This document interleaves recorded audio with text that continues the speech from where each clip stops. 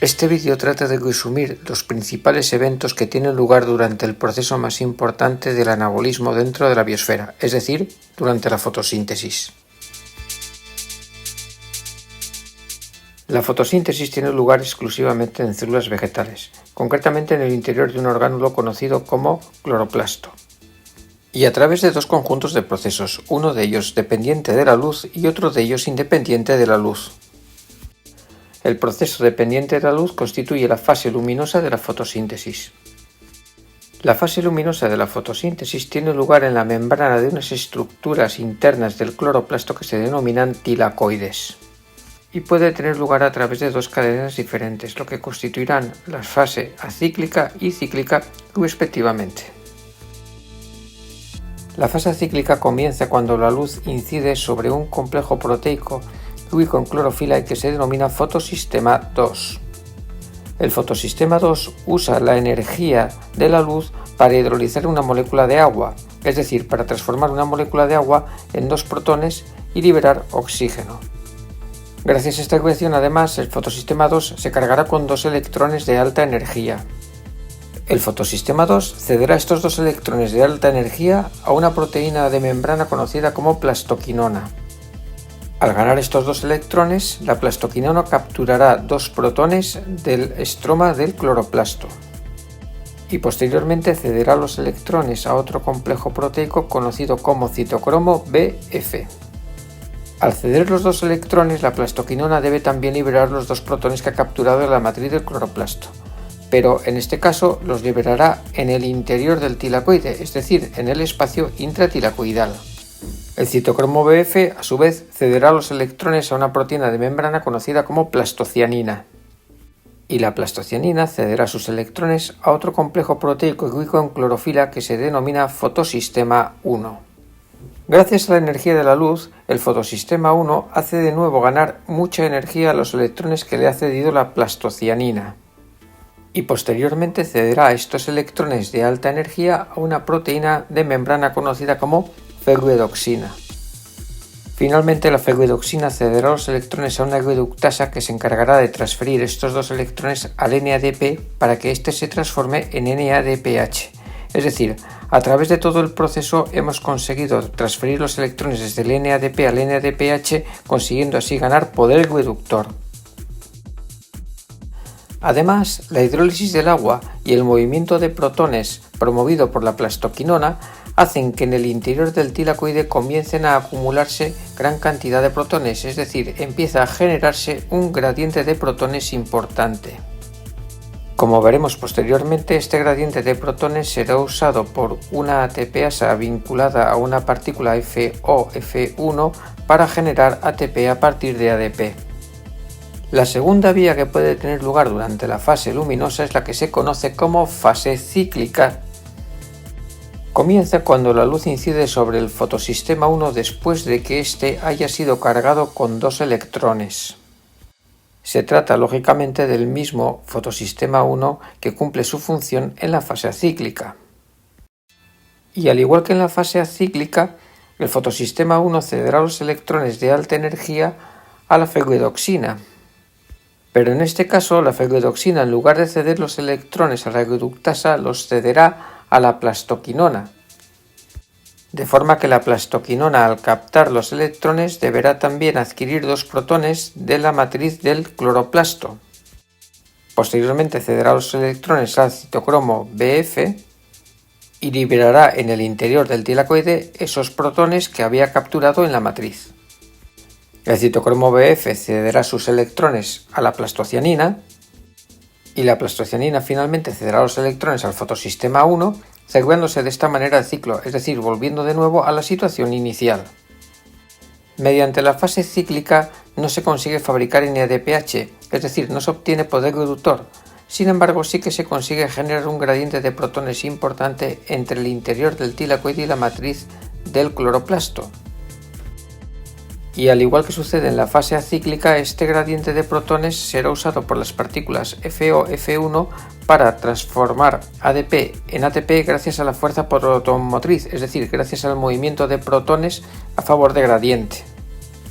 Es decir, gracias a la fase luminosa de la fotosíntesis hemos conseguido, por la vía cíclica, fabricar poder reductor en forma de NADPH y energía en forma de ATP, y en la fase cíclica, energía en forma de ATP. Este poder reductor en forma de NADPH y esta energía en forma de ATP serán usadas durante la fase oscura de la fotosíntesis, es decir, durante el ciclo de Calvin. El ciclo de Calvin consta de una serie de reacciones químicas que conseguirán fijar dióxido de carbono atmosférico, haciéndolo reaccionar con agua para conseguir fabricar glucosa. Cada vuelta del ciclo de Calvin conseguirá fijar una molécula de dióxido de carbono. Dado que la glucosa tiene 6 carbonos, necesitamos 6 vueltas del ciclo de Calvin para conseguir fabricar una molécula de glucosa. La primera reacción del ciclo de Calvin comienza con 6 moléculas de ribulosa 1,5-bisfosfato. Dado que cada molécula de ribulosa 1,5-bisfosfato tiene 5 carbonos, en total estamos hablando de 30 carbonos. Estas moléculas de ribulosa 1,5-bisfosfato sufrirán una reacción química catalizada por un enzima conocido como ribulosa 1,5-bisfosfato carboxilasa oxidasa o, por su acrónimo, Rubisco. Se trata del enzima más abundante y más importante de la biosfera. Durante esta reacción química, cada ribulosa 1,5-bisfosfato reaccionará con una molécula de dióxido de carbono y una molécula de agua. Y se producirán 2 moléculas de 3-fosfoglicerato. Dado que partíamos de 6 moléculas de ribulosa 1,5-bisfosfato, a través de esta reacción química obtendremos 12 moléculas de 3-fosfoglicerato. Y dado que cada 3-fosfoglicerato contiene exactamente 3 carbonos, ahora mismo tenemos 36 carbonos gracias a la fijación del dióxido de carbono en la reacción química. Cada molécula de 3-fosfoglicerato sufrirá una serie de reacciones químicas que la acabarán transformando en moléculas de gliceraldehído 3-fosfato. Para que estas reacciones tengan lugar se necesita consumir una molécula de NADPH que se transformará en una molécula de NADP por cada fosfoglicerato que haga reaccionar. Como hago reaccionar 12 fosfogliceratos, necesitaré consumir 12 moléculas de NADPH. Estas moléculas de NADPH son precisamente las que hemos generado durante la fase luminosa de la fotosíntesis.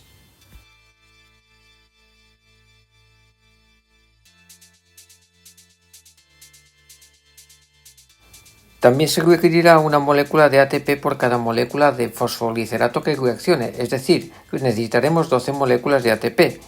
Estas moléculas de ATP también provienen de la fase luminosa de la fotosíntesis. Dado que cada gliceraldehído 3-fosfato contiene 3 carbonos y que hemos obtenido 12 moléculas de gliceraldehído 3-fosfato, contamos ahora mismo con 36 carbonos. De estas 12 moléculas de gliceraldehído 3-fosfato, 10 se usarán para volver a asegurar el ciclo. Estas 10 moléculas de gliceraldehído 3-fosfato, al tener 3 carbonos cada una, suponen un total de 30 carbonos. Y sufrirán una serie de reacciones químicas que las acabarán transformando de nuevo en 6 moléculas de ribulosa 1,5-bisfosfato, que como vimos inicialmente también suponen un total de 30 carbonos. Las reacciones de transformación de gliceraldehído 3-fosfato en ribulosa 1,5-bisfosfato también suponen un consumo de energía. Concretamente se consumirá energía en forma de ATP. Concretamente, para obtener las 6 moléculas de ribulosa 1,5-bisfosfato necesitaremos 6 moléculas de ATP, que provendrán, lógicamente, de la fase luminosa de la fotosíntesis. Debemos darnos cuenta que en todo el proceso se requiere más consumo de ATP que NADPH. Esta es la razón por la que debe haber una fase acíclica que produzca NADPH, pero también una fase cíclica que solo produzca ATP, ya que el ATP es más necesario para que todo este proceso tenga lugar. Y nos quedan las 2 moléculas de gliceraldehído 3-fosfato, que serán las moléculas precursoras de la glucosa. Son 2 moléculas de gliceraldehído 3-fosfato con 3 carbonos cada una, lo cual supone exactamente 6 carbonos. Y sufrirán una serie de reacciones químicas que las transformarán en una molécula de glucosa. Se generará, por lo tanto, una molécula de glucosa que contiene, lógicamente, 6 carbonos.